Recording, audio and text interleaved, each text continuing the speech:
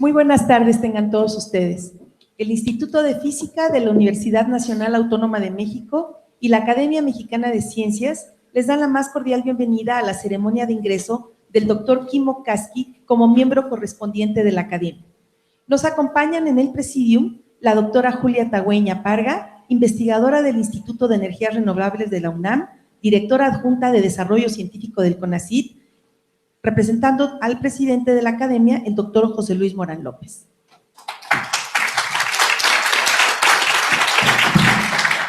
También nos acompaña la señora Hanna Georg, primera secretaria y asesora científica de la Embajada de Finlandia en México.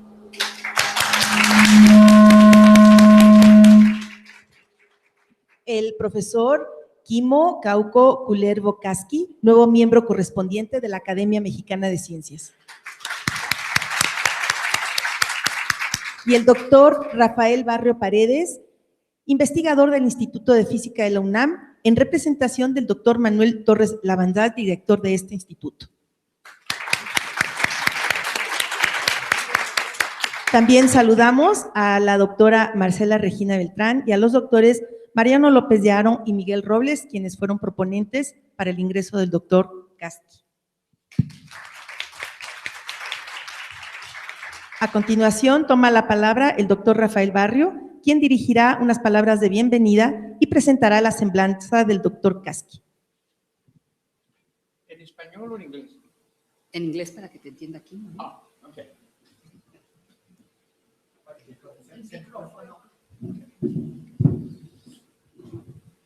Mis palabras de bienvenida. Welcome. Thank you for being here. I would like to start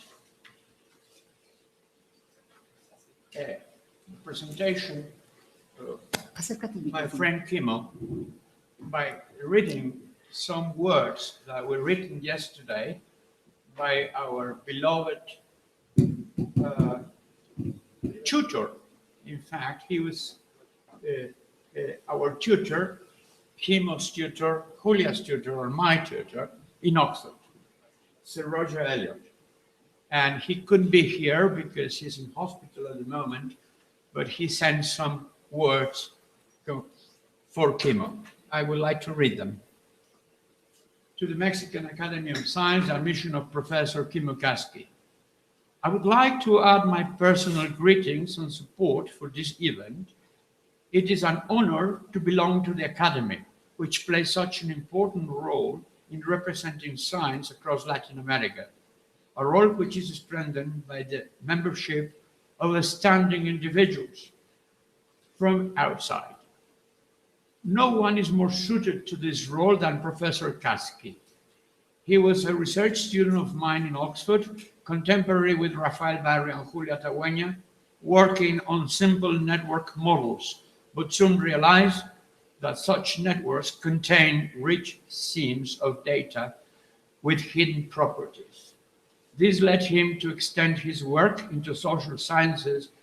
As a glance at the extent and range of his publications with their eclectic international collaborators clearly shows. He's a great friend of Mexico, and his admission to the Academy will strengthen those ties. Roger Elliott. That was a nice surprise. It's very funny because I have to present a person whom I know exactly for 40 years already. And from the very beginning, we became, best friends. And our relationship has been very, very tight. But for people who don't know him, I would like to read some of his peculiarities. Achievements. I have something here in English, and I have something in Spanish. So what would you prefer? English? Finnish. He wants Finnish. Finnish, okay. Okay. Professor Kimmo Kaski has pioneered computational complex systems research as an academy professor from 1996 to 2006. and as a director of 2 centers of excellence in Finland from the 2000-2011. He's a supernumerary professional fellow of Wolfson College, Oxford, and fellow of the APS IOP, the Finnish Academy of Sciences and Letters, and the Academia Europea. His current research interests are in the complexity of physical, economic, social, and information systems, earning him a pioneering role in complex social networks. He has supervised a large number of PhD theses in Finland, the UK, and the USA, as well as acted as recently as the coordinator of the European FP7 FED, Open ICT Collective Project, whatever it means, and currently as a partner of the European Horizon 2020, and so on. He was born in 1950, has worked as a professor at Helsinki University of Technology, now Aalto University School of Science, and Department of Biological Engineering and Computational Science since 1996, and since 2000, he's a director of the Center of Excellence in Computational Complex Systems Research in the Center of Excellence program of the Academy of Finland from 2000 to 2005 and 2006 to 2011. After completing his master's and licentiate degrees at Helsinki University of Technology, he received his DPhil, Theoretical Physics, from Oxford University in 1981. From 2001, he's a supernumerary fellow of Wolfson College, Oxford, and he has also been an Academy of Finland professor for 2 consecutive periods. Kimmo Kauko is active in the international scientific community in various roles as a researcher, leader, coordinator, of international collaborations, and international research evaluator. I would add something, translating from Spanish. Along his trajectory in research, he has received numerous awards, like Fellow with the American Physical Society in 1994, Academy Professor and Fellow of the Finnish Academy of Science in 1997, Fellow of the Institute of Physics in the UK, and Chartered Physics in 1998, Chartered Physicist in 1998, Director of Computational Engineering, Excellence Centers, a member of the Academia Europea, section Science in Physics and Engineering. We repeat, member of Wolfson College in Oxford University, and so on. Too many to be read here. Outstandingly, he has received highest honor of the government of Finland, which is called the First Class Knight of the Order of the White Rose of Finland in 2005, and Commander of the Order of the Lion of Finland in 2017. He is very busy in research. I don't read his numbers because, it's not the occasion to do that, but you could Google it if you want. But he's supervised 67 doctorate theses, 128 master theses, and 26 first-degree theses. He's been 15 times in Mexico through scientific collaboration. I appreciate that he actually made me an adjunct professor of the Technological University of Helsinki from 2001 to 2015. And he has many, many ties with Mexican science.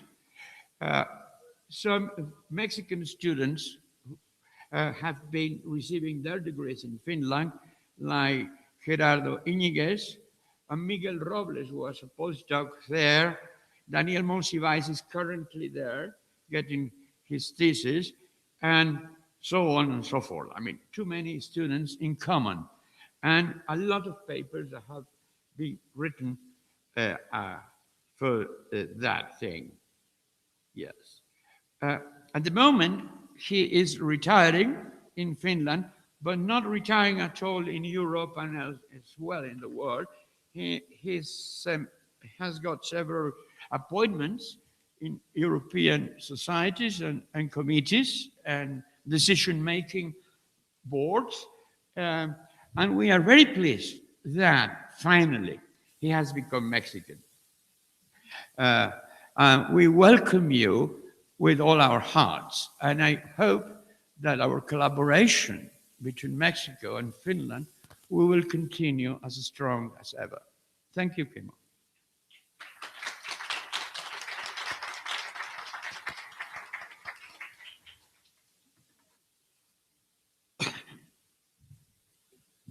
Muchas gracias.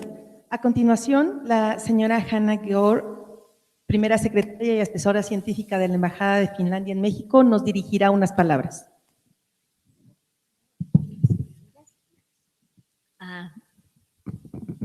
Good afternoon. I'm really happy to represent the Embassy of Finland in this conference. So Finland and Mexico, we are really far away from each other physically, but the Mexicans and Finnish people, we share many things in common, and the relations between our countries are really close and active. Mexico and Finland have a really close cooperation in several areas, from telecommunications to maternity packages, from tourism to clean energy, and to forestry cooperation that we have had since the 1960s.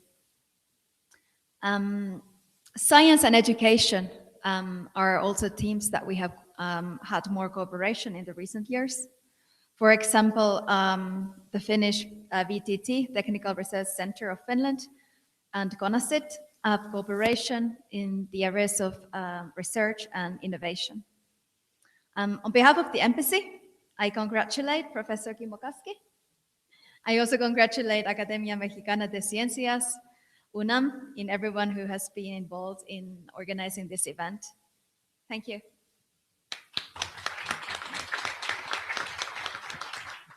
Muchas gracias.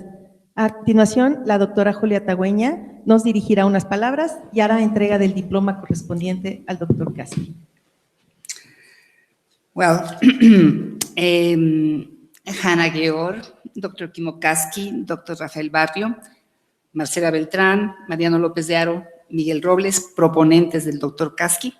Dear colleagues, I am pleased to address you on behalf of Dr. José Luis Morán López, President of the Mexican Academy of Science, who sends his regards and thanks for your hospitality.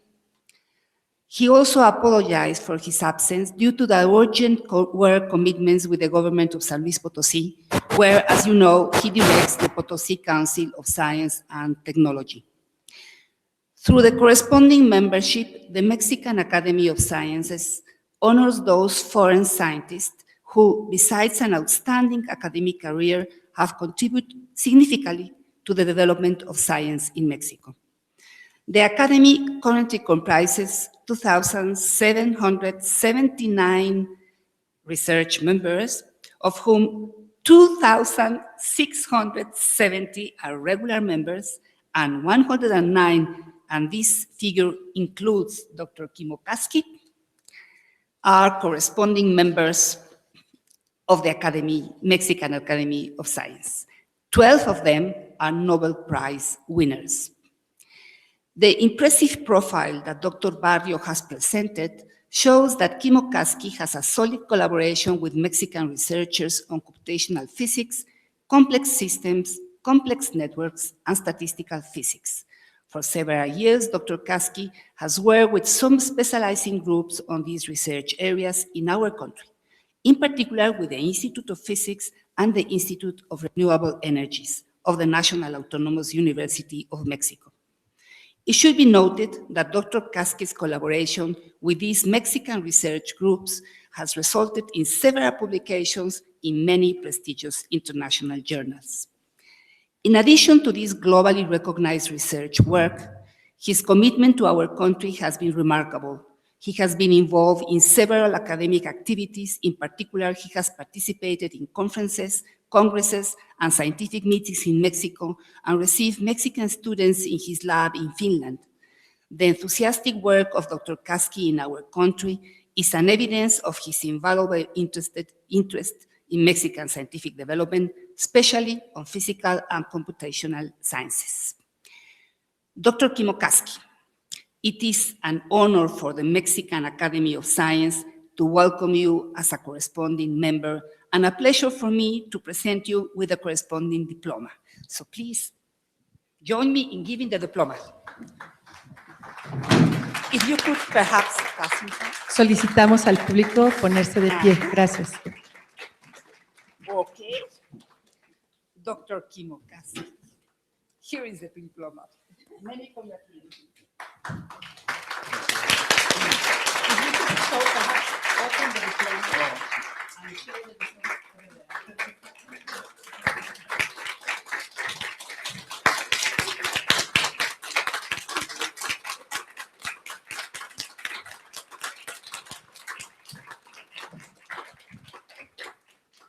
Muchas gracias. A continuación, el doctor Kimmo Kauko dictará su conferencia y solicitamos a los miembros del Presidium si pueden tomar sus lugares al frente.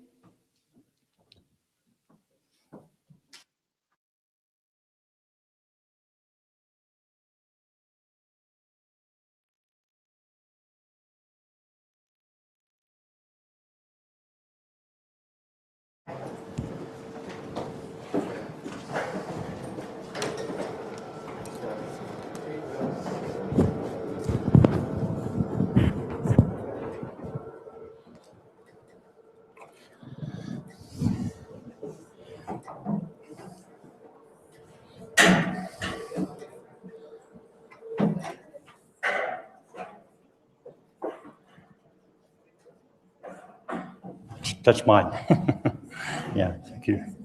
Yeah, okay.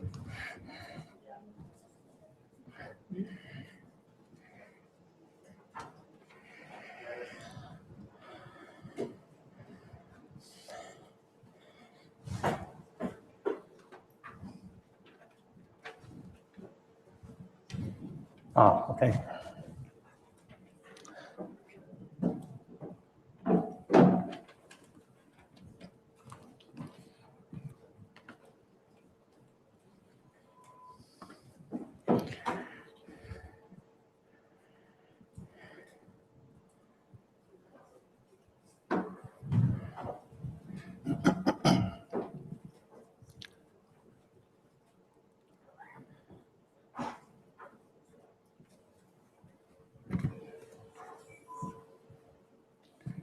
Okay.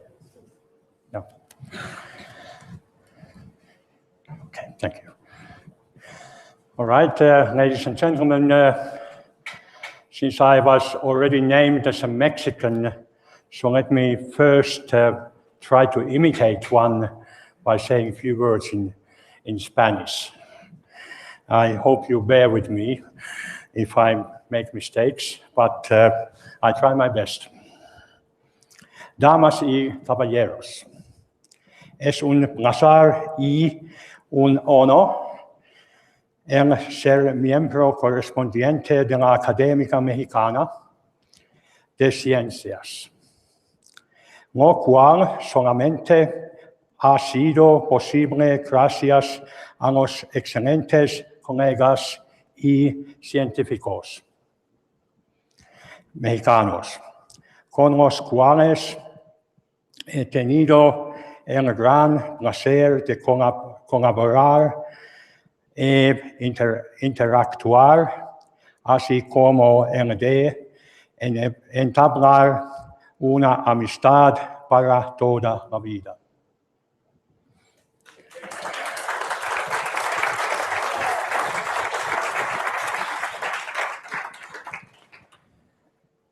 Okay, I've given, if you bear with me with English, I've given the title of my lecture, From Solid State to Statistical to Social Physics.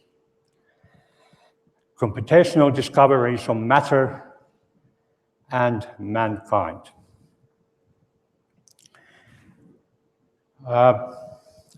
It all started from here. This is the first page of my thesis from August 1981 when I finished it. And the title of my thesis was The Studies of Atomic Diffusion in Solids and of Diluted Ising Model. So it includes both solid state physics and statistical physics. And when I was finishing my thesis, I went to, because it has these two things, solid state physics and statistical physics. I went to Sir Roger Elliott, who was my supervisor, asked what should I put as a title. So he was telling that during his time, when they were having their viva, defending their thesis, they used to put just as a title, a thesis, and then the name. So I discussed with him, and then we came to the conclusion that we should have this. Okay, here is also in the acknowledgement a reference from my dear friend Rafael Barrio, although there's a spelling mistake. I have, instead of F, have a PH. I'm sorry for that, but that's the thing. And also I thank, of course, Professor Sir Roger Elliott, and then a number of other who have been affecting my thesis in one way or another. Also, during my studies, I very eagerly looked at the thesis of Julia, and then followed those things what she had been done just a little bit earlier than myself. And then usually there's a habit to have a quote there, and of course taking a quote from the great physicist Albert Einstein, saying that one thing I have learned in a long life, that all our science measured against reality is primitive and childlike, and yet it is the most precious thing we have. So I fully agree with that, and we need to keep going. Okay, after 81 I finished. Then the first paper with a Mexican scientist was with Rafael. Of course, we had been good friends ever since. There was no quarrel. We have had debates, of course, but no quarrel. And this is the first joint paper, tracer diffusion in lattices with a double occupancy of sides. So this is a truly solid state physics. Then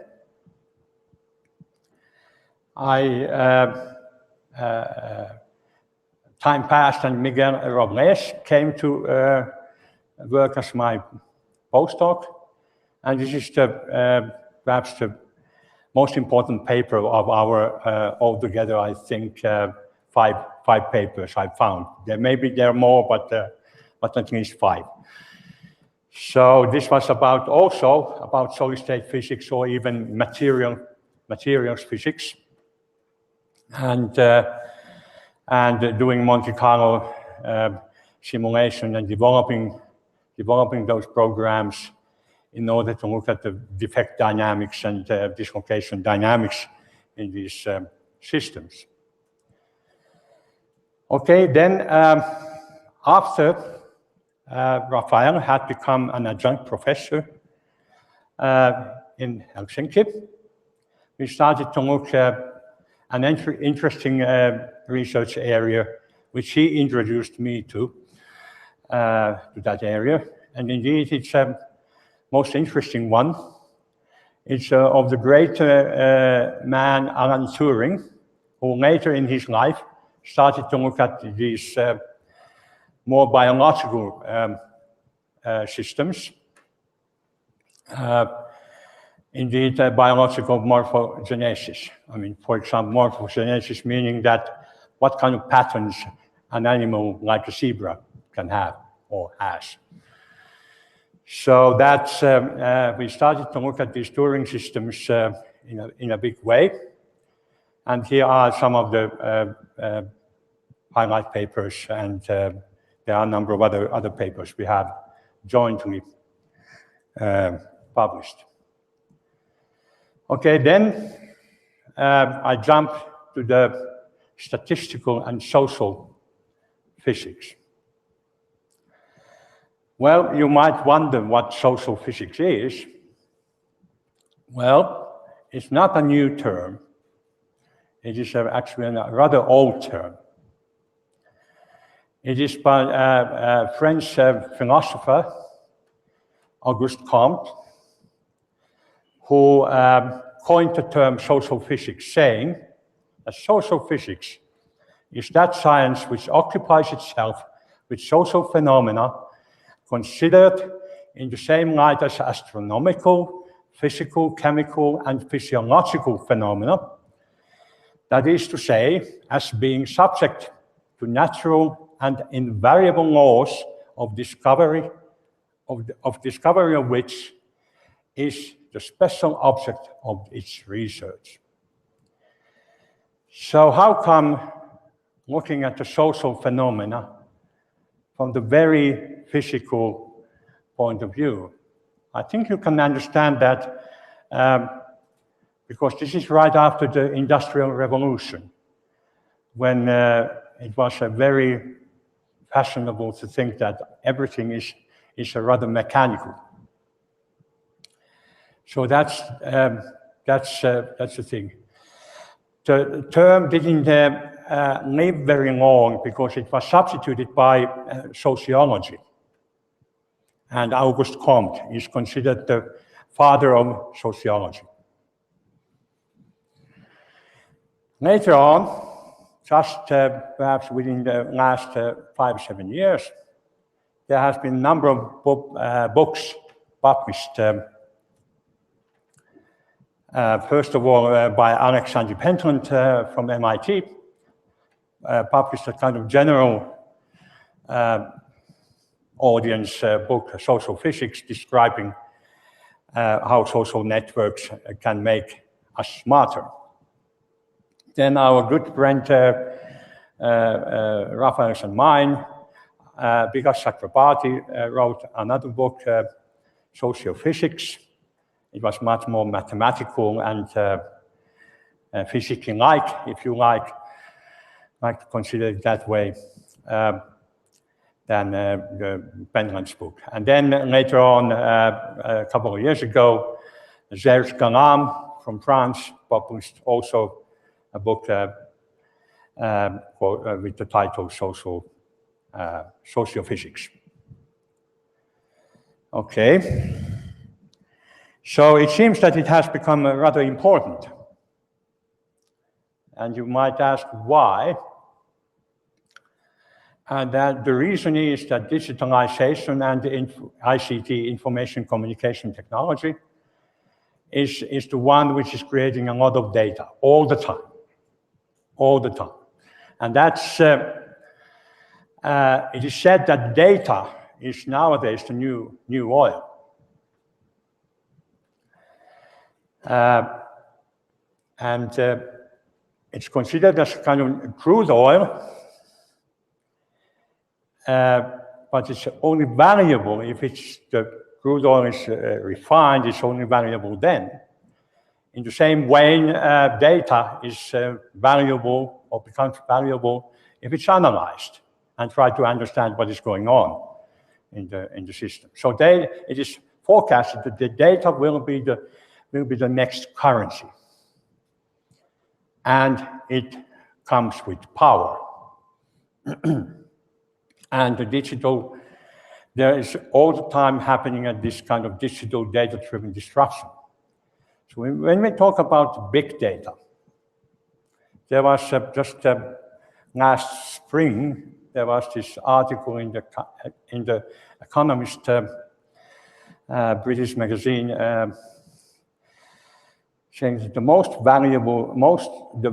most valuable resource, data and the new rules of competition. And then if you can see, there are these big companies like Google, Facebook, and Amazon, and a couple of others. So we are indeed living in an expanding digital universe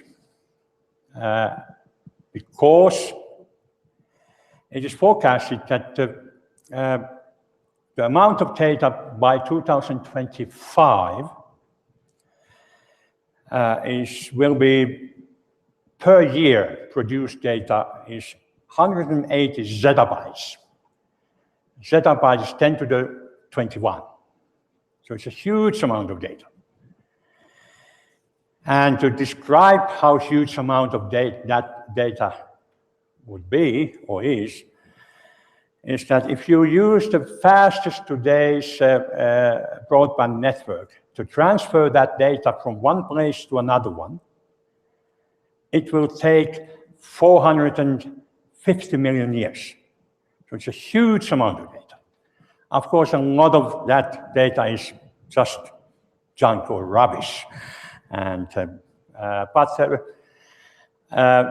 it's important to analyze, to extract useful data and valuable data from that.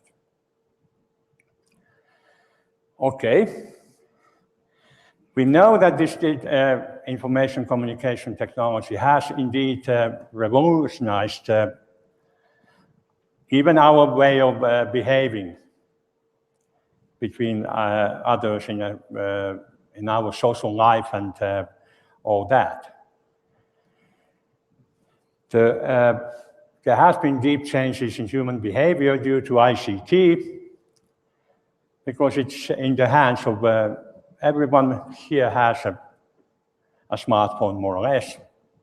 At least most of we have that. That is in our hands.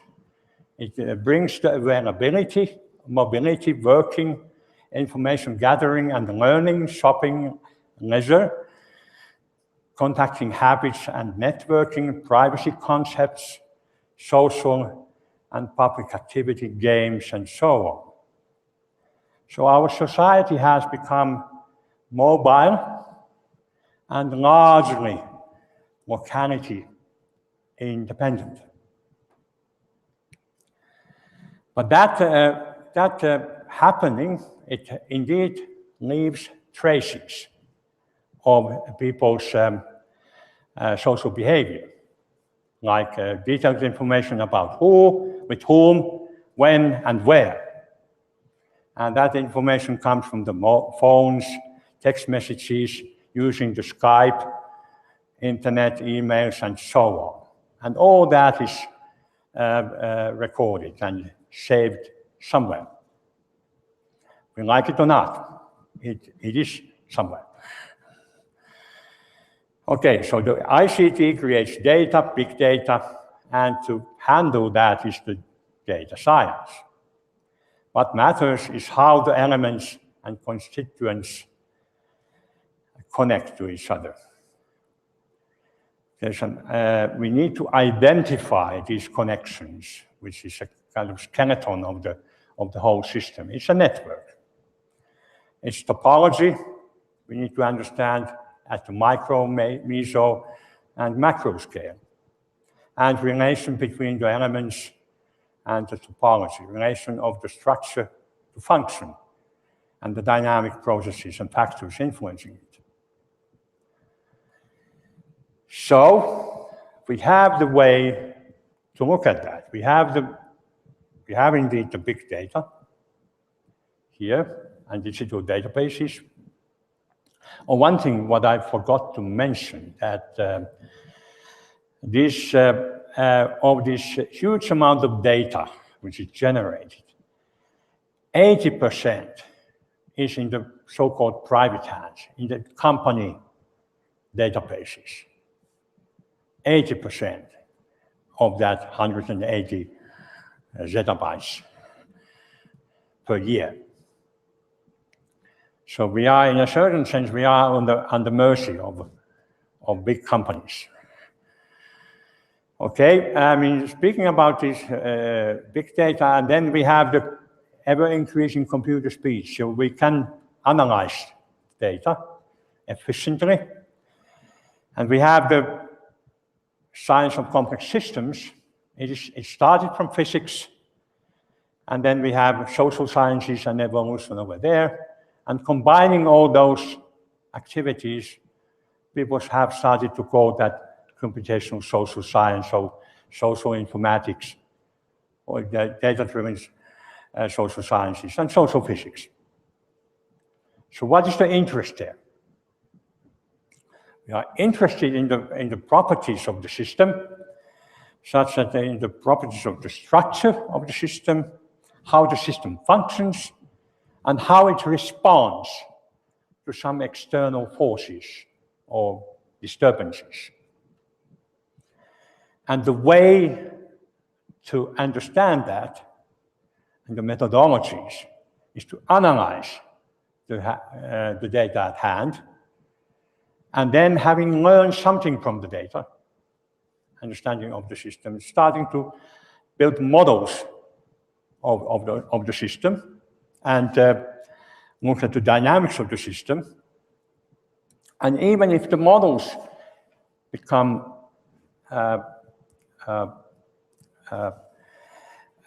more accurate, so then perhaps you could do kind of forecasting, simulations, I mean.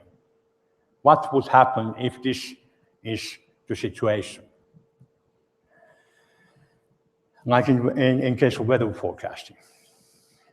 But all the time in social systems, we have to remember that the challenge is that what are the underlying laws of social system, if there are any?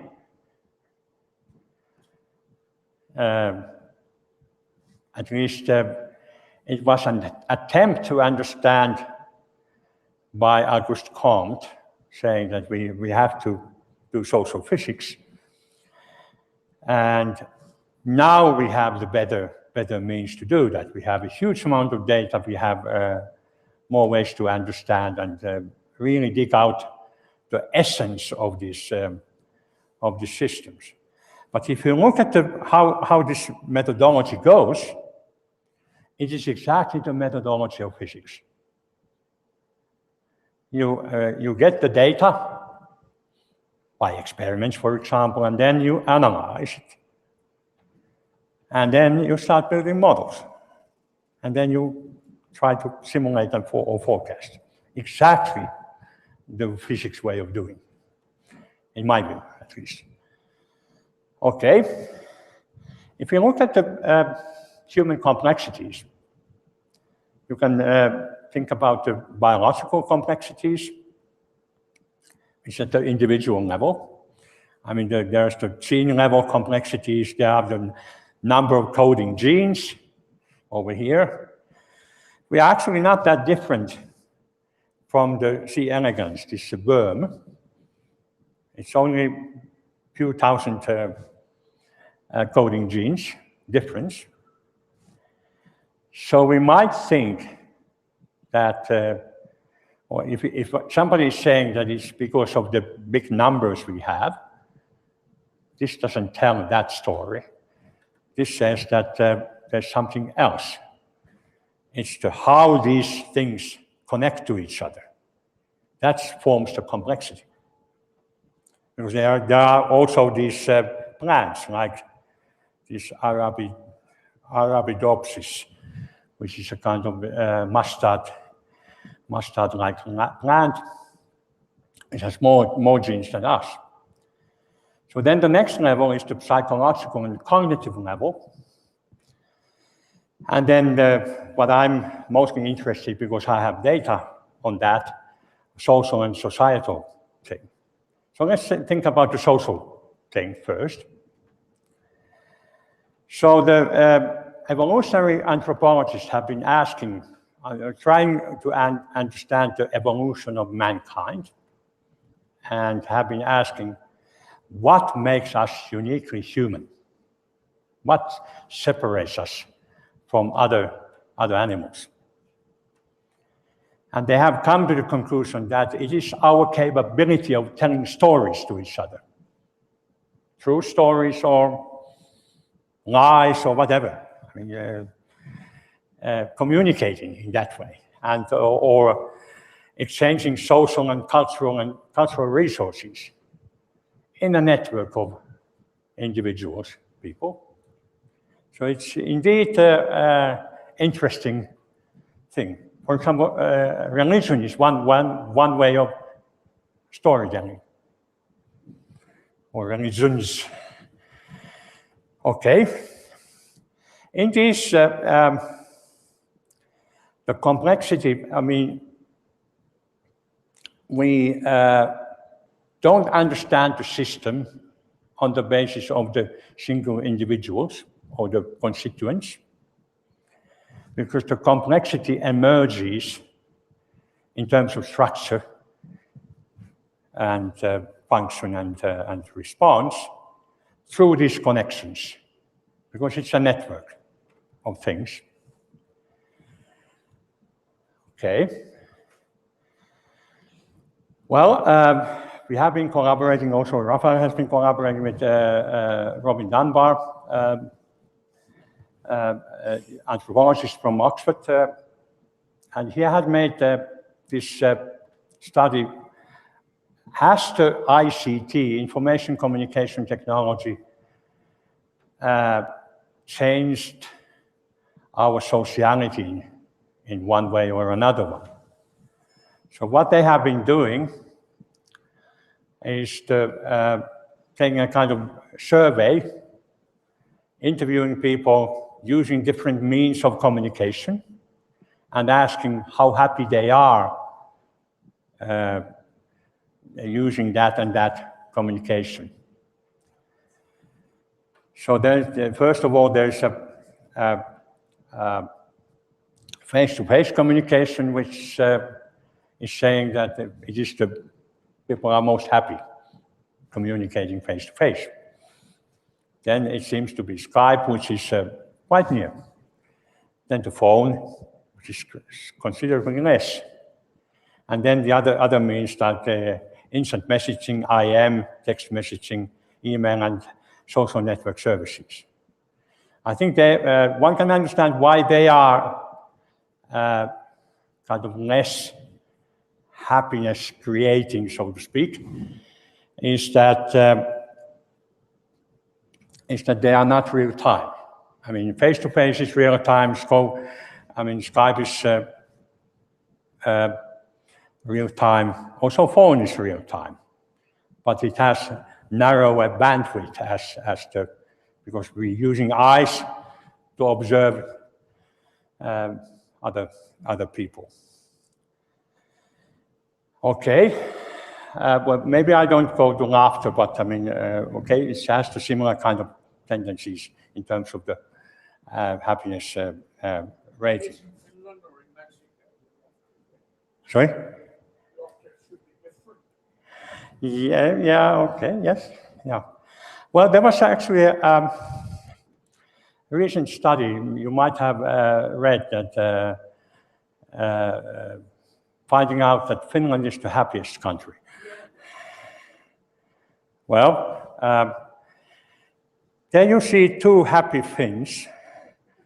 They are the Formula One drivers, and in the center is Kimi Räikkönen, and on the left-hand side is Valtteri Bottas. And Kimi is in the center because he was the first, so he's showing happiness by, yes, I mean, the face is straight still.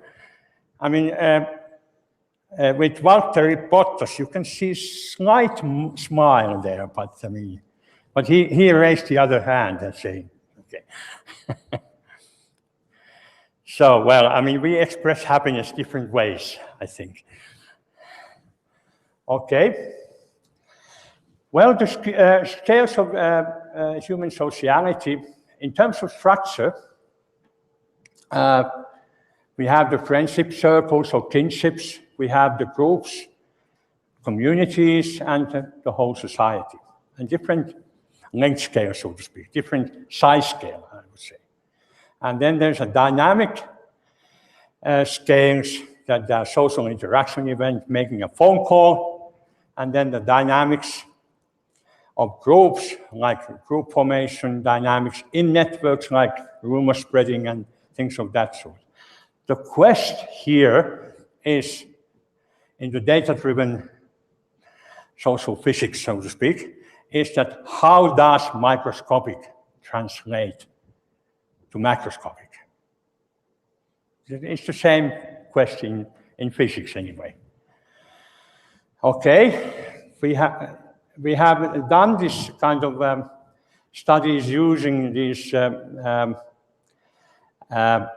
big digital footprint records using the mobile phones. But I mean, comparing first of all, the traditional way of doing social sciences has been through questionnaires. The number of questionnaires who are interviewed, for example, is in thousands usually, not much more. The scope of social interaction is wide. I mean, all kinds of questions can be asked. The strength is based on individual recollection. And the problem there is, of course, how to measure. I mean, here you can say that I know the one person. We are first name basis, knowing each other. We are friends, we are good friends. We are very good friends. Okay, you can have a kind of scale, but the problem is the yardstick. What is your yardstick to measure these different things? That's not the only problem. The scale is not the only problem. The problem is that it's a subjective thing. If I say that I'm a very good friend of Raphael, okay, well, yes, okay. He might think totally the other way around. Okay. Well, in the digital footprint records, like the mobile phone data, you have records of millions of people.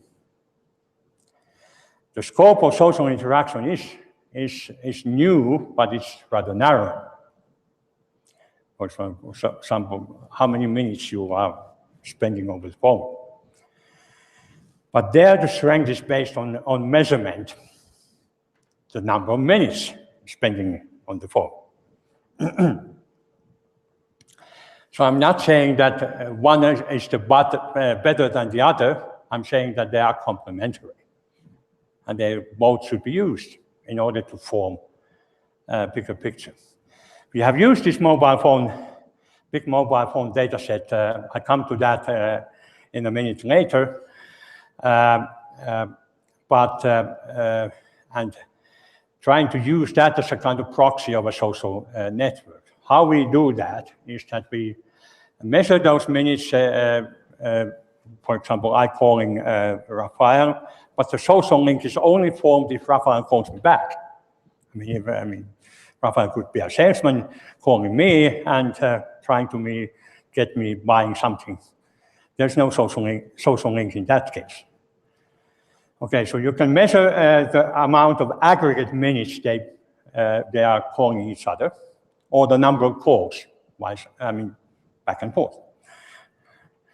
So we have done that and formed a social network and getting the network. If you zoom in, what you see is that you see kind of communities which are strongly connected within the communities, but then weakly connected between the communities. So there's indeed a structure which is socially important.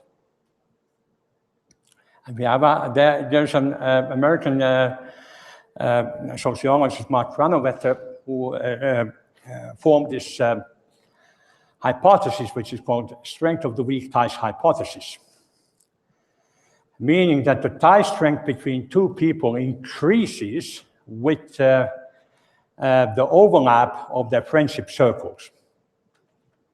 So then, meaning that since I know Rafael, I know Julia, then our connection is getting stronger and your connection is getting stronger, because we are sharing, and the more and more we are sharing with our friends, then the connection between these two individuals is stronger. And we have measured that in the thing. Here is just what an overlap means. There are two individuals over here, but they don't share anything in common. Here they share some. The overlap is 1/3, and here the overlap is complete, so to speak. And we have been able to verify this hypothesis by Granovetter first time in the large scale. Also, there are other things in terms of the structure. Here is the original network with all the connections. And then we are kind of cutting the link, trying to understand what happens to the network structure if you start cutting the links. Doing it in two ways.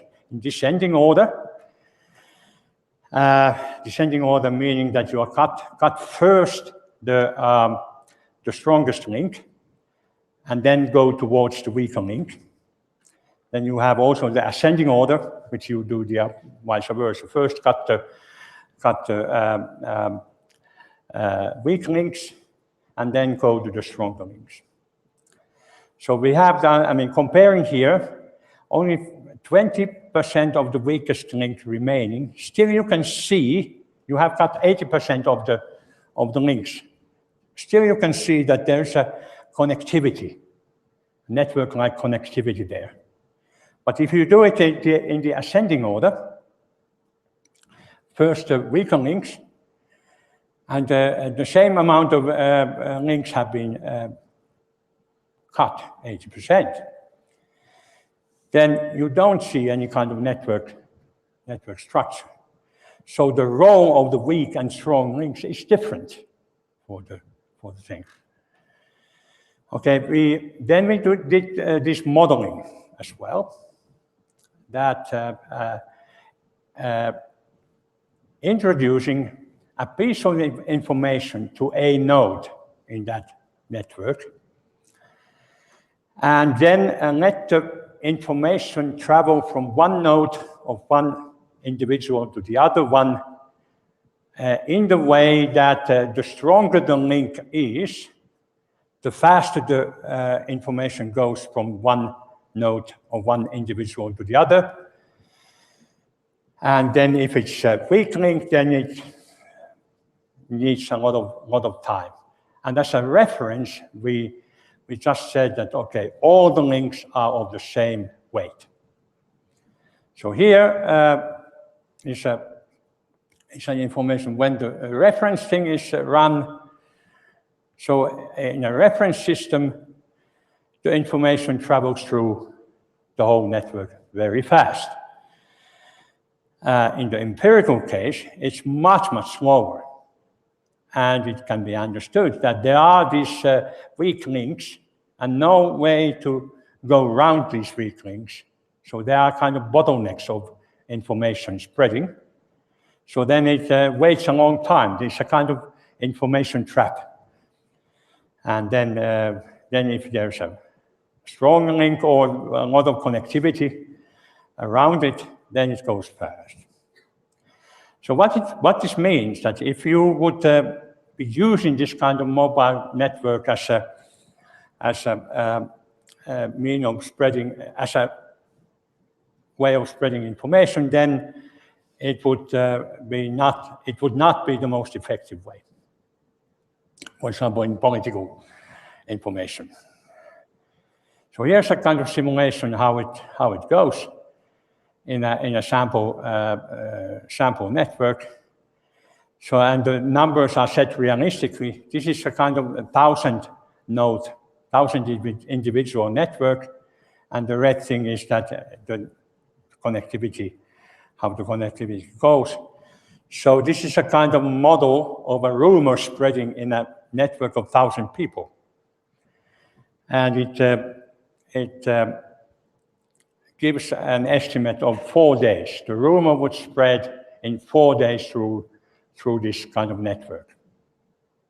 That's 300 then, not 1,000. Sorry? 300. Sorry, it's 500. Sorry, yes, it's 500. Yes, indeed. So you stop when everybody knows. Yes, that's right. All the network is kind of wetted. Yes. When I was giving this talk in some part of this talk in India, no, it doesn't happen in 4 days. It happened in 4 seconds.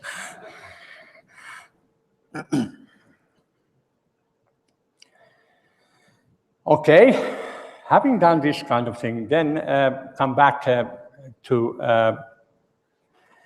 the issue what we jointly did.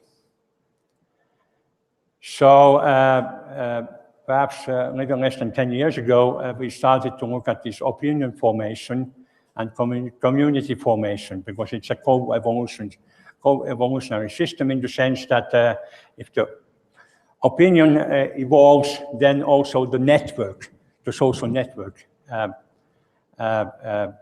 evolves. So there were a number of people like Rafael and Gerardo Iniguez who were involved in that, and very importantly indeed. There's another article over there, also in Physical Review E. And then with successful by Julia, having this data from Mexico, trying to understand are the opinions what we have in the society, are they based on science? And that was a very interesting study indeed. So Gerardo, Julia, and Rafael was involved in that. Well, I played only a minor role here. Anyway. Okay, then we started to look at other social physics problems, which kind of stems from this opinion formation. And when people, the idea there was that when people are indeed telling their stories to each other, most likely they don't tell the true story or what they really think. So they are usually deceiving. So we had this publication in Proceedings of the Royal Society, and that generated actually a lot of international interviews. It turned out to be very media sexy. So I remember once we were going to this opera festival, you were interviewed from Australia, I guess. Yes, and I was also interviewed by a number of other, and I kind of became an expert of lying.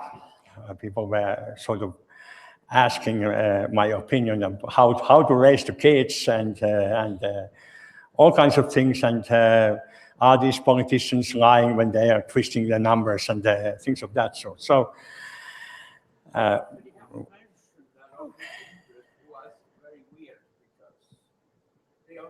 Something that we didn't say. It was revolutionary for them is that some scientists say that lying is very good. Yeah, It's not what we say. Of course, we do say in a certain sense that it's these white lies are good in the community building. But not only good, they're essential. they are indeed essential. I mean, if you would be telling your wife that she having bought a new dress, if you tell her just if you happen to think that it looks awful, and if you tell her that, then it's not social community building. So we need, they are essential indeed. I fully agree with you. Okay, also very recent we had this article, because in human endeavors, if you are in the trading case, we need, if you are buying something from somebody, you need a kind of trust in that. You need to trust the person from whom you are buying, and the trust is also to the seller important factor for success. Okay, then there are other social physics things which we're doing, opinion, conflict, and consensus formation in Wikipedia. They are called Wikipedia wars, and we have had the data and we analyzed that. Also, modeling social dynamics in collaborative environment, and these kind of social contagion phenomena and adoption of, let's see, online adoption phenomena. Okay, let me just, as a last thing, very quickly, because time is running, go to this, which is the latest thing we have been involved with. We have indeed this very large mobile phone operator data set from a European country, which I'm not allowed to tell because we have signed a non-disclosure agreement. So it's 10 million service subscribers in that. Sorry? Well, my lips are sealed. Okay, 10 million service subscribers, 3 billion calls within a year, 1 year. All the calls within 1 year with that operator. 500 million text messages, really indeed covers the whole 12 months periods of all the calls from a year 2007. This is important. 2007 is important in the sense that this network is perhaps more social than the networks today. I call it prehistoric. Why prehistoric? Because it's iPhone was introduced 2007, and also these Facebooks and things of that sort started to come later. Important. And this also includes, because we have the additional demographic data, like the gender of the subscriber, we have the age of the subscriber, and most used a postcode of the subscriber where the phone bill is sent, and the most used tower position, because it might be near your home or near your workplace or something like that. Sorry? Sure, yes, indeed, yeah.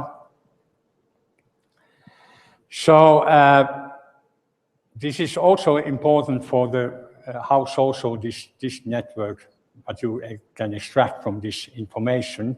I call it this an in vivo data set, socially relevant in vivo, because I mean, of course, people, it's not, they are in the natural habitat. Okay, for this network, we have also added some open access data from that country, kind of seasonal records like the temperature, we could have humidity and things of that sort, geophysical data like sunrise, sunset, daylight duration records, and then country statistics, city populations, distribution of individuals within the country and things of that sort. Okay. So using that data, we try to understand this what we call egocentric networks, the networks from individual perspective.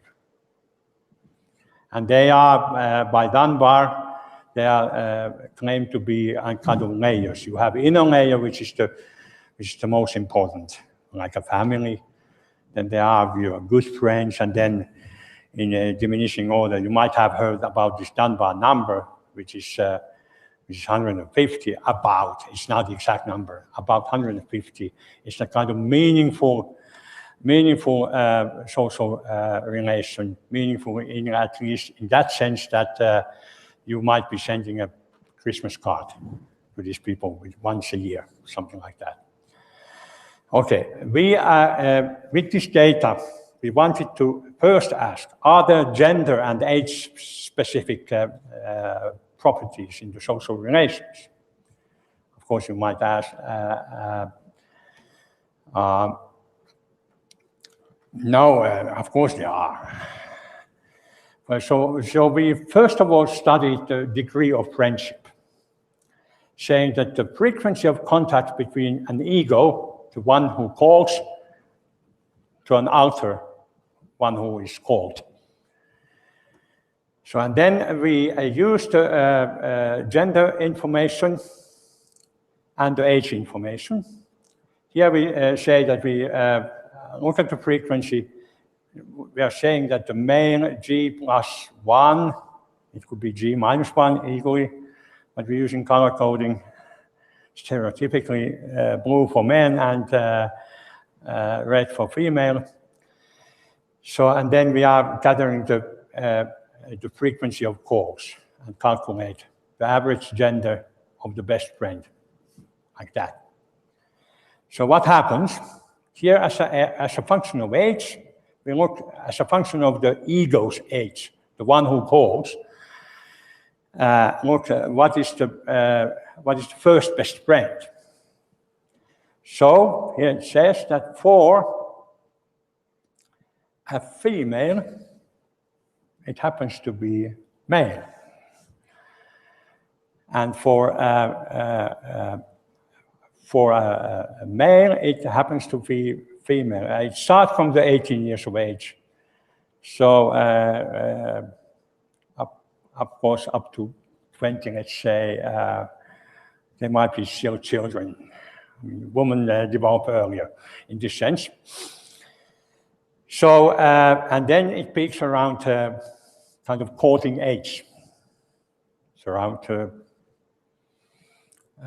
well, I mean, for females, it seems to be peaking around 25 to 7. Sometimes for males, it seems to be around 30 or so. The second best friend is... The thing is that at the old age, they all become female.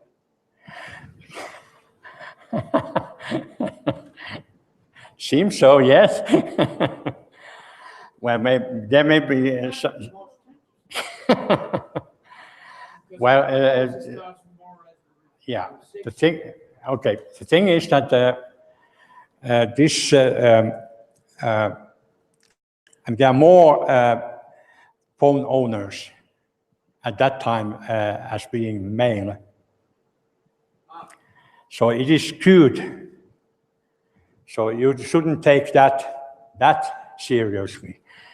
So you should perhaps lift the zero level up, because the demographic, what is it called, demographic pair is skewed in this sense for the male. I think the role of female in a society is much stronger than that of a male. I mean, the role of a male just ends up at 60 something. I'm coming to that, yes. Yeah, that's right. So, okay, what we can conclude, men and women between 18 and 45 have best friends of the opposite sex, and the second best friends are generally of the same sex. Women are more focused on the opposite sex relations than men. Okay, here we have the distribution of best friends, taking an ego of 25-year-old male, M25 is male ego, and then a female ego, and then it seems that they are peaking more or less at the same age. And then if you look at the 50-year-old male, then the spouse is definitely still the most important, but then they are also calling their children. And then for female, it's more even here, that they're calling about the same amount to their spouse, or roughly the same age as to their children. But if you go to a little bit longer, I mean to the 6-year-old female, then okay, let's go back. Yeah. So here the children become more important for 6-year-old female. Still for the 60-year-old male, they are more or less at the same level. But here the spouse of that 6-year-old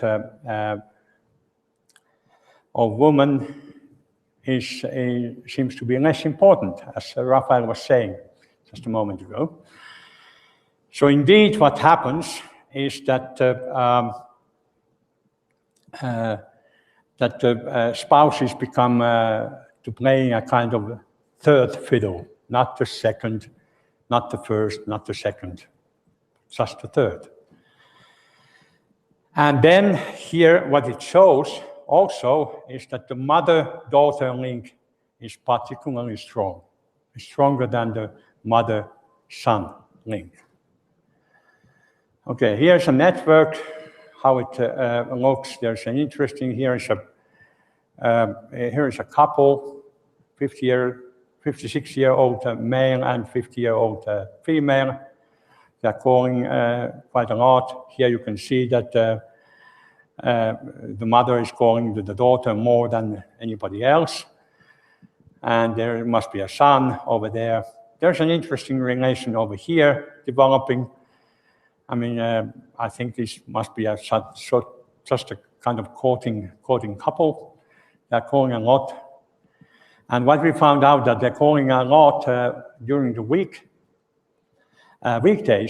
but during the weekend they don't call at all.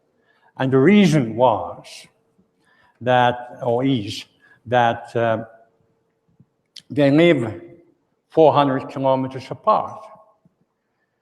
So of course they call during the weekdays to each other, and then during the weekends they come together.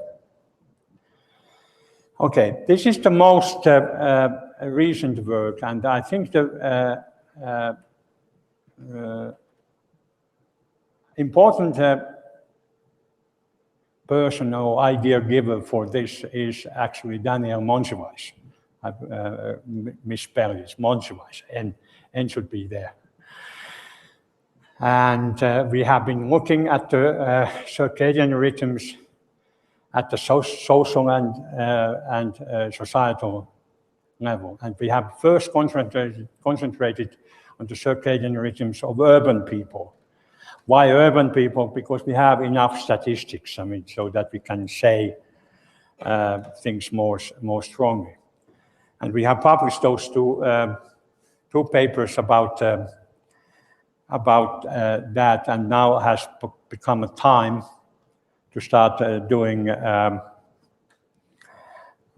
also modeling, and for what I have been teasing Raphael to join the group to do the thing. So circadian rhythms of urban people. It's a kind of interplay of the between the biological and environmental and social factors. Okay, we had been doing this study for some time, but then last, I think it was October, Nobel Prize, in medicine and physiology was given to these three gentlemen who were,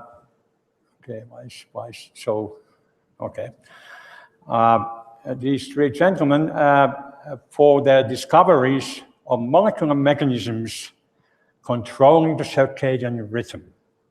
So they had been studying this fruit fly. So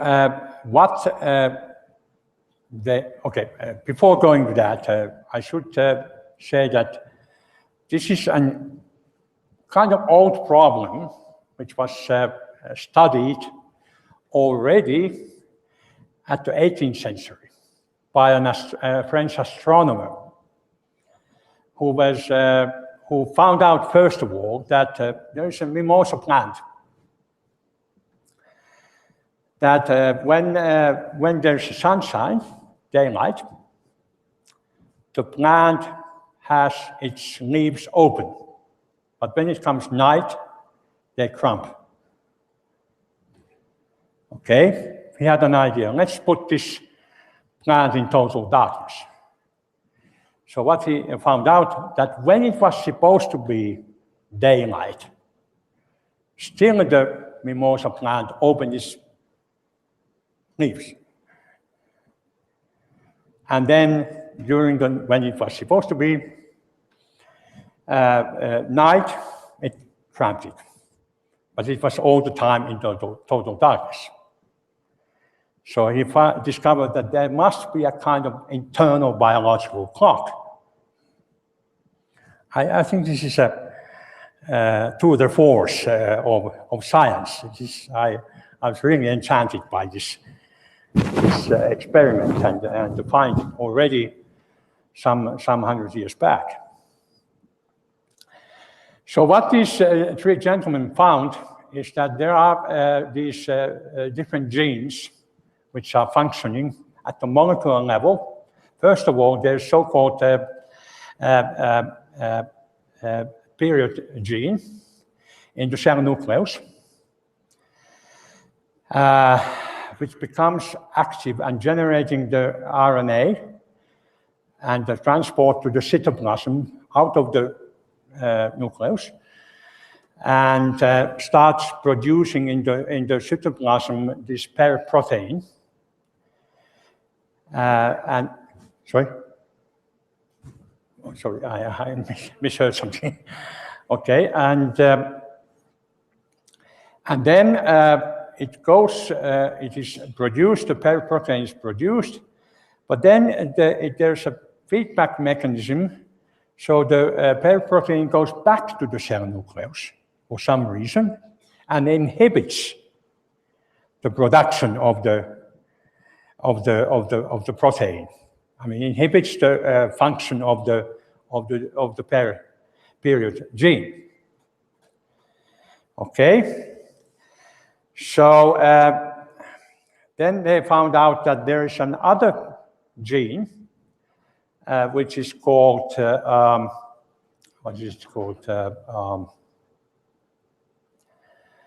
I think it's called timeless.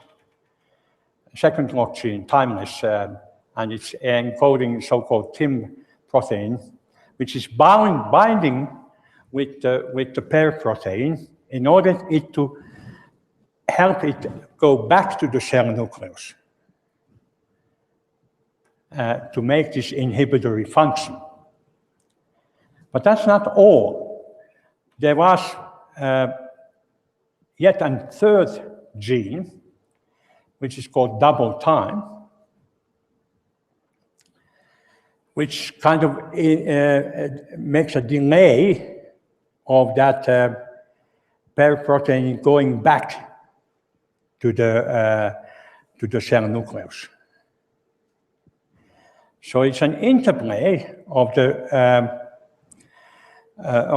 these three genes functioning and producing three different proteins, and the third gene, which is called double time, and it encodes the DPD protein.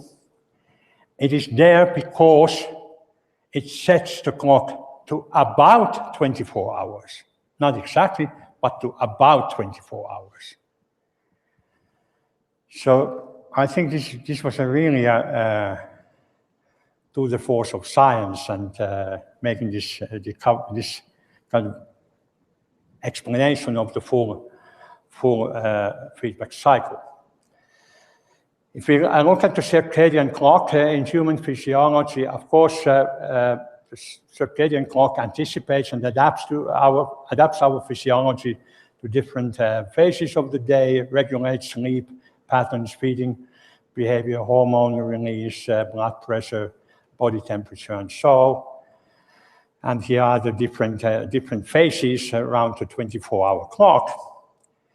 So now our question has been, using this data, this mobile phone data, is that what are the role of environmental factors and human characteristics and societal structures and functions to this thing? So we have been asking the question, to what extent is the daily behavior of people in urban environments still influenced by the seasonal changes of the daylight? Given the social time where urban people live in, do the environmental factors like the sunrise, sunset, the length of the daylight, and ambient temperature influence the timings of the daily activities we are performing? And then the other question, do the socially driven activities of people living in different places, but inside the same time zone, onset and terminate their activities at the same time? So these are the questions. I mean, the data is from a country which is within one time zone, so we can study that. Okay, here is the calling activity of the people throughout the day. Here the green curve tells the population-wide how it happens. So then it starts in the morning, something like 7 o'clock, and then it starts to increase. Then there's a dip down in the afternoon, and then starts to increase again, and then going towards the night, it stops. European country with a siesta. I call it, scientifically, I call it afternoon break.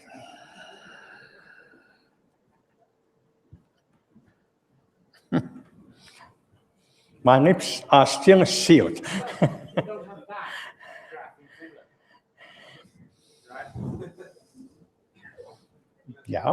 Yeah, okay. All right, let me continue a little while. Okay, so these, the low calling activity we call the resting or sleep periods. You do something else, you don't do your work. Okay, so we have taken 2 days, 46, 47, which is in the middle of February in that country, and 215 days are early August. So this is during the winter, this is during the summer. Okay, what you see is that if you interpret the nightly resting period, a sleep thing, then you find out that during the winter, we sleep 1 hour longer, or these people sleep 1 hour longer. Because the nights are longer. Sorry? The nights are longer in winter. Yeah, it's darker. yeah, right. So it's, we are affected by that, even in the urban. Yeah, but these are in the urban environments where we have a lot of artificial light, but still it happens there. Okay, then we looked at the afternoon break, which you might have called differently, but we call it the afternoon break. And look at different latitudes. These are the latitudes, 37 north, 40 north, 42 and a half north, and so on, in different cities in different latitudinal, in 3 different latitudinal bands. Okay, so what we, let's take this, most southern of these 3 so-called northern latitudes. And what you see is that there is a kind of threshold temperature after which the afternoon break starts to get longer. That is about 25 or so. So indeed, the heat affects the afternoon break. Here we have taken, considering that the nightly sleep period is a nightly resting period, and sum up that with the afternoon break. Here's what you see, first of all, that if you, let's just take this Sunday sample, that here is the, these are the days of the year, going from 0 to 365. So then the afternoon break, when it comes summer, starts to increase. It's increased rather sizably. It's about 1 hour as well. And then towards the autumn, it goes down. Then the nightly sleep period, that goes shorter. And if you sum up these 2 things, then the curve seems to be flat. So meaning that our resting period is more or less flat throughout the year. So if we have longer afternoon breaks, then we... Sundays is a bit higher than the rest of the week. Yeah. So Sundays are a lazy day. Sundays are lazy days. You can see that, yeah. Okay, let me then, as a kind of lasting, show this curve. We have not only looked at the latitudinal differences, but also the longitudinal differences, taking cities at different longitudes. We have taken a kind of reference longitude to a city, and then from that, I think this must be to the west, and this is to the east. And we have measured this probability distributions of the calling. So what we find out, we have also transferred these with this amount of degrees transferred, and then what we see that the curves fall on top of each other. Okay, what is the significance of these degrees? The significance of these degrees is that one time zone is 15 degrees in the longitude. This is one country, this is country which is within the same longitude. And if you look at the difference, 3 degrees on the plus side and minus 7.7 degrees, so you have 10.7 degrees difference between the westernmost city and the easternmost city in that country. Still in the same time zone, I want to remind. Sorry? The east one is Catalonia. It's a different country.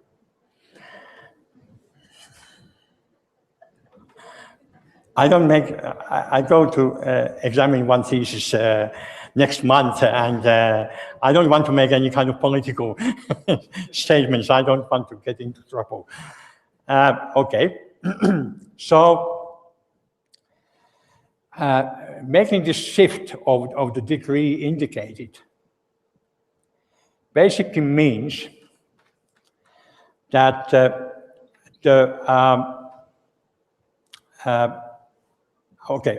one additional information. This 10.7 degrees corresponds to 42 minutes. 15 degrees was 1 hour, 10.7 is about 42 or 3 minutes. So the fact that shifting these curves with the amount indicated of the degree and the same amount of minutes means that the westernmost city starts its daily activities exactly 42 or 3 minutes later than the easternmost city. So what does it mean? That even in the big cities where we have a lot of artificial light, we follow, or people follow, the east-west sun progression. Isn't that rather surprising? Okay. For me, it was surprising. Okay. So this actually, I mean, at least New York Times Science page found it surprising. So it wrote, cities that never sleep are shaped by sunrise and sunset, they claim, and this is what we found. There's also El Pais, and then this La Vanguardia. Okay. All right, okay, fine, good. Good observation. All right. So here actually is another study made, not by us, but by this chronobiologist from Munich, Till Runneberg. So he wrote recently an article last year, Twitter as a means to study temporal behavior. This is of a single person, study of a single person. And that person has an account, Twitter account, which was used using an Android phone, also used with an iPhone, and with some other devices. And here's the all together. So what it was found, that this person was mostly using personally the Android phone, because this is the daily cycle. This is actually called the circadian cycle, because it has these 2 peaks. So this follows a normal person's circadian cycle. But if you look at the phone usage of the same account, it's totally different, and also the other, totally different. So it means that this person must have had other users using his account. I tell you, it's a he. So who that person might be? Sorry? Trump, yes, Trump. Donald Trump. And then one finding of this thing was that the study started January 15th, ended March 17. Donald became a president, was it in January or something? Then mostly he stopped using the Android phone, because it was not making America great, I think.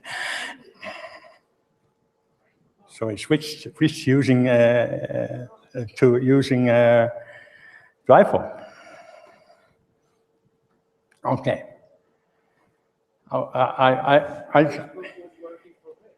Sorry?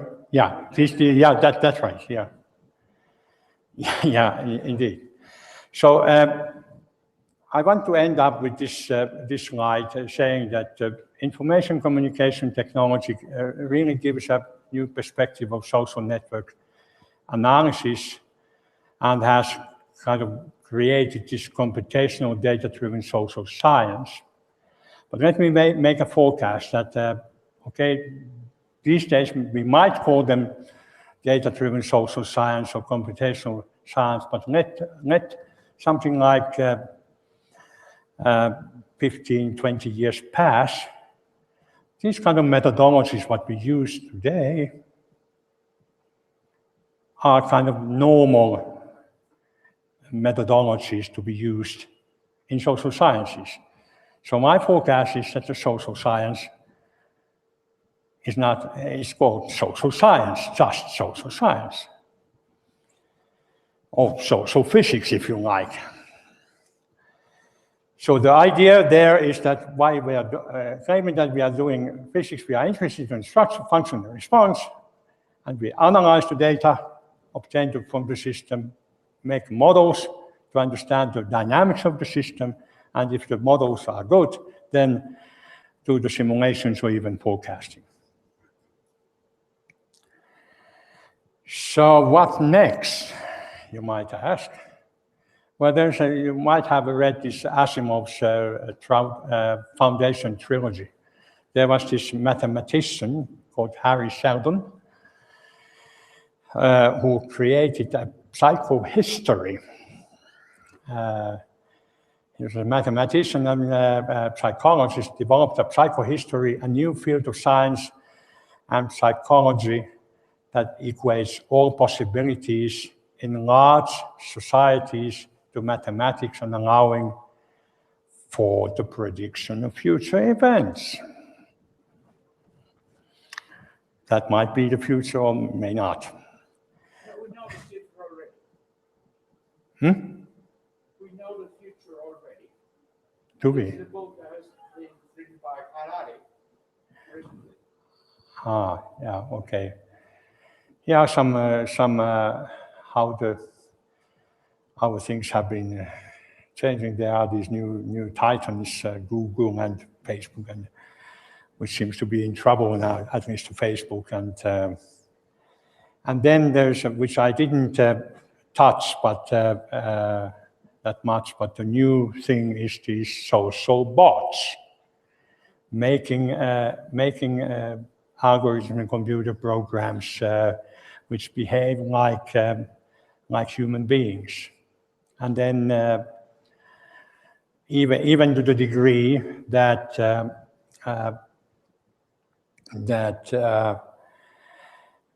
you cannot separate it from the normal person. In the last presidential election of the United States of America, there was actually something like 500,000 these Twitter accounts created, which acted as a kind of social bots.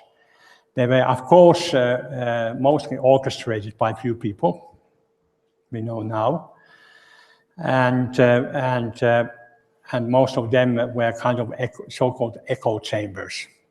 I mean, vote X, vote X, vote X, kind of thing, and, something like that. So, we're living in interesting times. So, I thank you for your attention, but before you say anything, I would like to thank one person. And this is my wife, Tuulikki, who has created a kind of bedrock for me to act in science. I wouldn't be standing here without her creating this bedrock to return to. So I would like to thank mostly Zurich.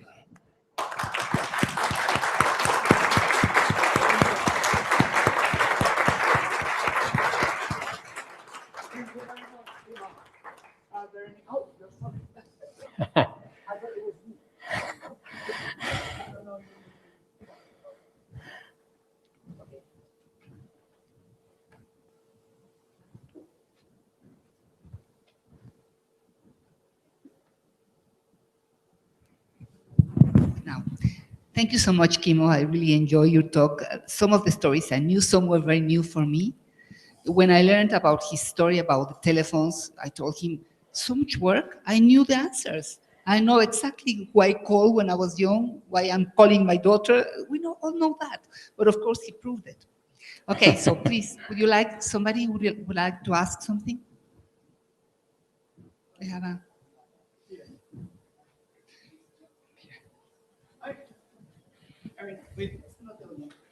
This circadian thing, obviously you are taking the data from the telephone, but the odd thing is that people don't call immediately after waking up. And they use some social restrictions of calling somebody at night. I mean, you don't correct the data for that. I mean, you cannot say that people are really resting. It's just not talking.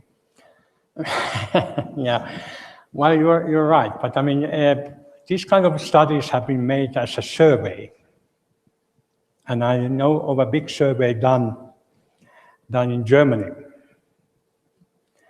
So in these surveys, you ask, when you go to sleep, when you wake up, so what would you answer? You would answer something what you are expected to answer, to be a kind of good citizen. And so you don't answer that truthfully. Even in Germany, I would claim. We have another question here.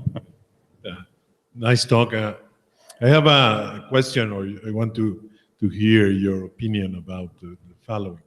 I'm I guess as you, and Rafael, and Julia, and many others, I'm a physicist doing complex systems and doing networks, and I'm very aware of all this research, and I like it very much. I love it. I do it myself. But we tend to live, we physicists or mathematicians or computer scientists, in working on this in our own echo chamber. So when one talk about computational social science, we are very happy to apply our techniques or our insights to this fascinating topic.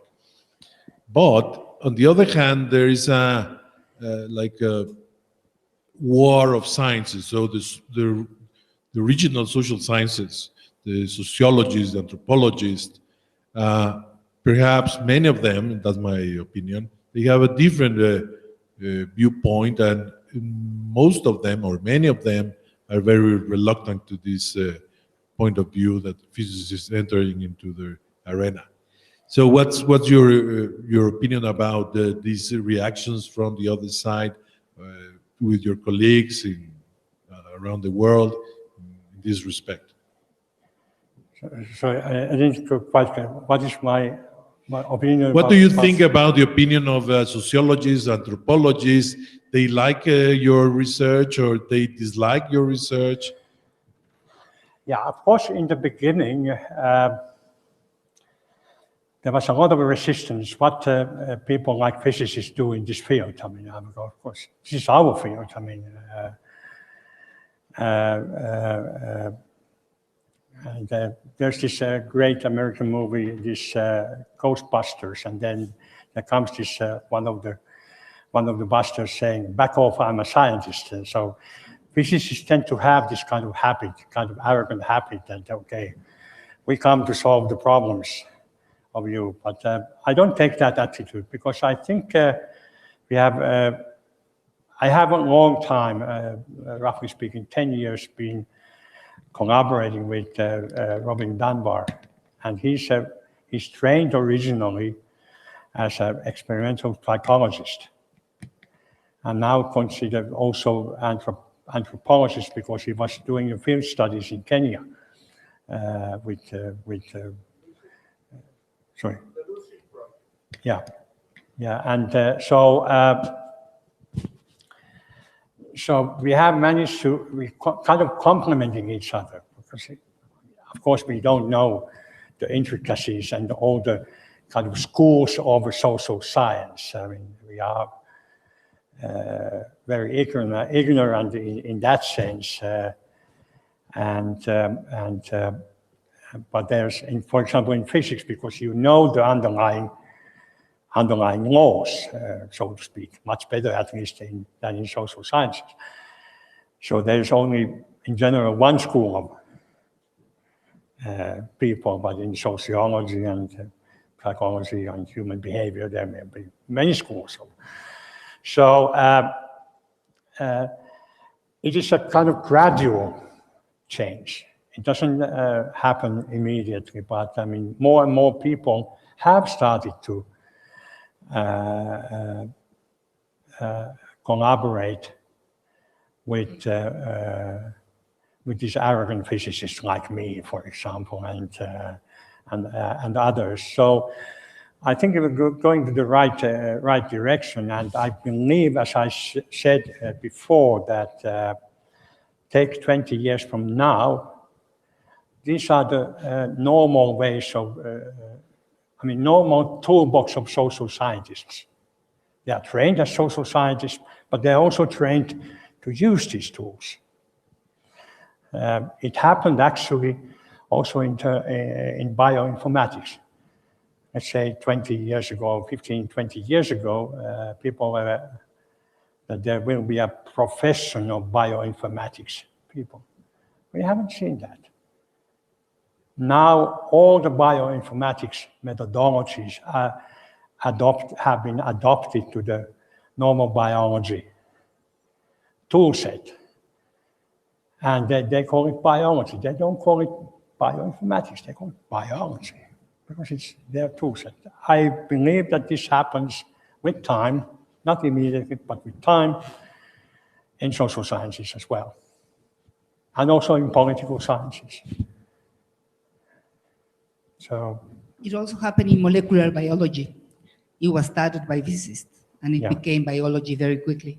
Yeah, that's right. Yeah. Okay, so somebody else wants to ask something? Here.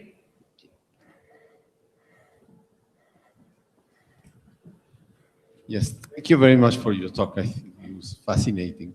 But I'm still, I have the impression that these results, because they analyze data that is kind of recent, they are, they cannot be generalized. If there were data about the hours in which people wrote letters and the hours in which people gathered together, obviously in England at tea time or something, then you will find all very different patterns.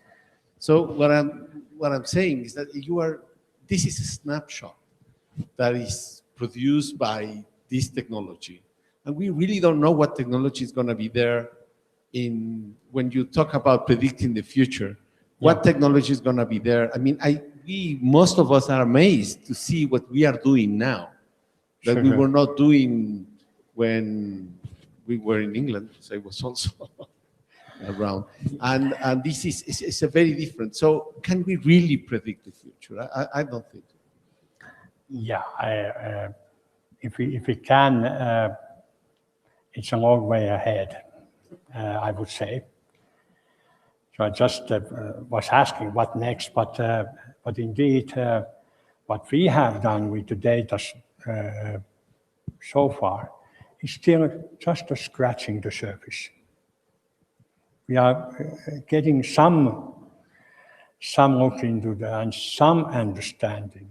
But if you want to really build a model to describe what will happen in the future, I mean, how far away, I mean, physicists, for example, doing the weather forecasting. Of course, what they do, they use the Navier-Stokes equations, and that is kind of, in general, proven to be rather accurate. And so, but here in the social sciences, as I was saying, that we don't know what the underlying laws. I mean, here we can in the weather forecasting, we can trust the physics principles and the laws that they form the bedrock of our kind of ability for forecasting. But indeed, I don't believe that it happens in my lifetime. Let me put it this way. So maybe later, but I mean, how much later? I don't know. Because we have to. I mean, like in physics, it happened as a kind of progression of things, and the physics is an excellent example of that of an endeavor which is resting on the giant's shoulders. I mean, we have these huge giants like Einstein and Newton and all those, but we have the smaller ones also, and we are standing on their shoulders. And the next generation is standing on our shoulders, and so on. So, but here we in social sciences, we are far from that. Yeah. So Einstein's quote is still true, right? The Yeah. Einstein's quote that you Yes. show at the beginning. Rafael? Could I add something? Because, I mean, I think this is a rather important point that you made. I mean, we have seen now, especially last week, how you could use the data for political purposes, for shaping society response and all that. But this is not the most dangerous thing. It's not the worst. Now, we are starting using biometric data. Yeah. So you register your emotions digitally as well. Yeah.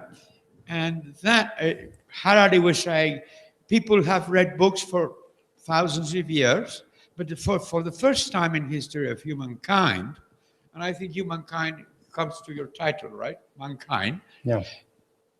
Yeah, books read people. When you use your Kindle thing, it would be monitoring your eyes, your emotions, your sweat, how long you stop in a certain sentence, what are your life, and what really you're thinking and feeling. As in the same way that nowadays they have shown us that they could use the data that we deliver in Facebook to model our social behavior, they will use this biometric data to model your thoughts.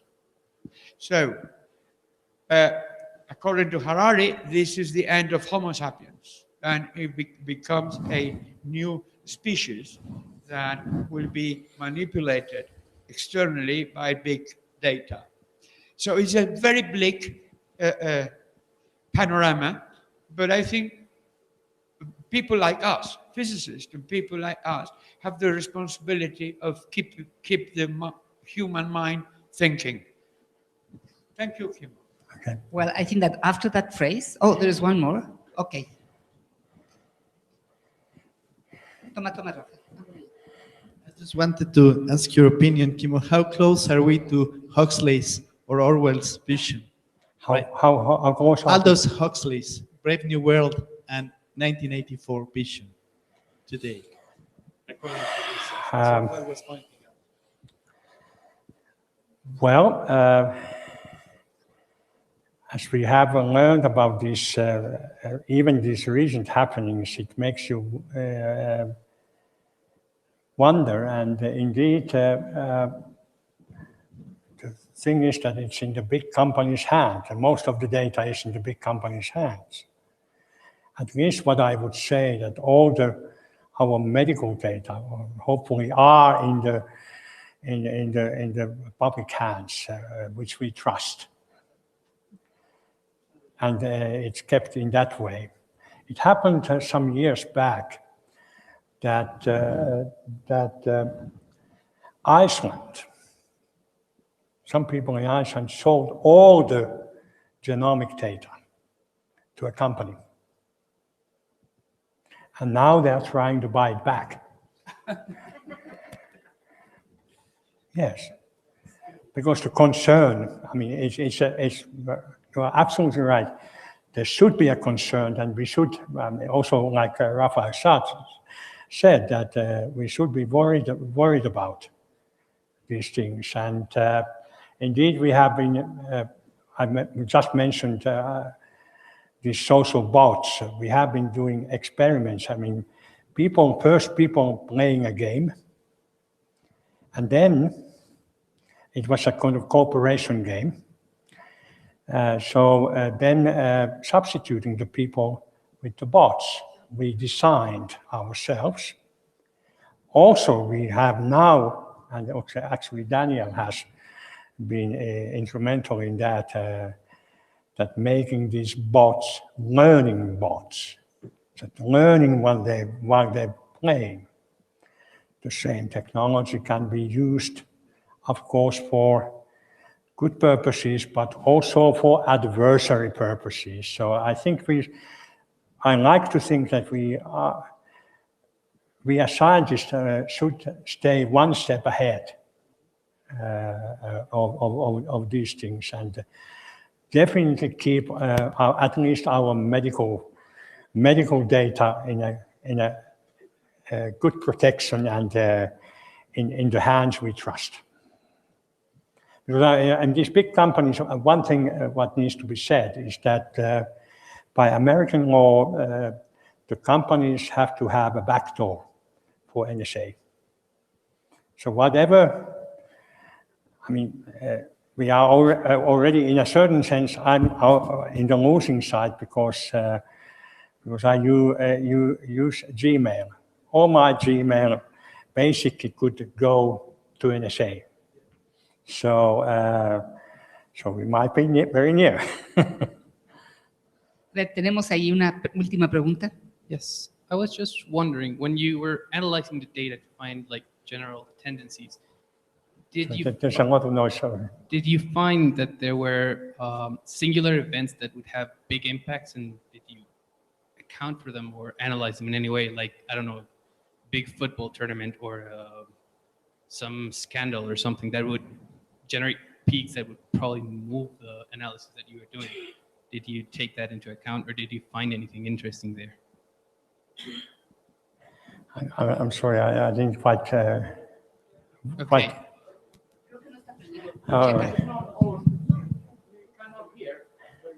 Yeah. It's just mainly when you're doing the analysis. Yes. Did you find that there were singular events like, I don't know, a football tournament or a scandal or something that would shift the behavior significantly of the data you were analyzing? Like the earthquake in Mexico. Everything changed. Okay. Communication, yes. A big event. That's a very important point you're making. Indeed, we were trying to look at in this data, is there any kind of sort of big events? I mean, football match between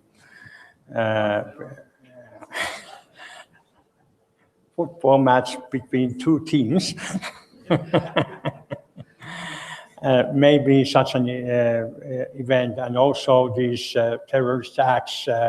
Our data didn't include any signs of those. But this is. It would be marvelous to have data from periods like, for example, Arabic Spring, because there. This modern means, the ICT, was used heavily in mobilizing the people, and it was just showing that it can be used, and we should. The problem with these large data sets, like the mobile phone data set, is indeed that it is in the private hands, and how to get to them in order to make these studies. So that's the difficulty, so to speak. Yeah, but it's a very important point indeed. ¿Alguna pregunta más? Si estamos listos, entonces los invitamos todos a un brindis aquí afuera. So, thank you so much. Por favor, otro aplauso grande para Thank you.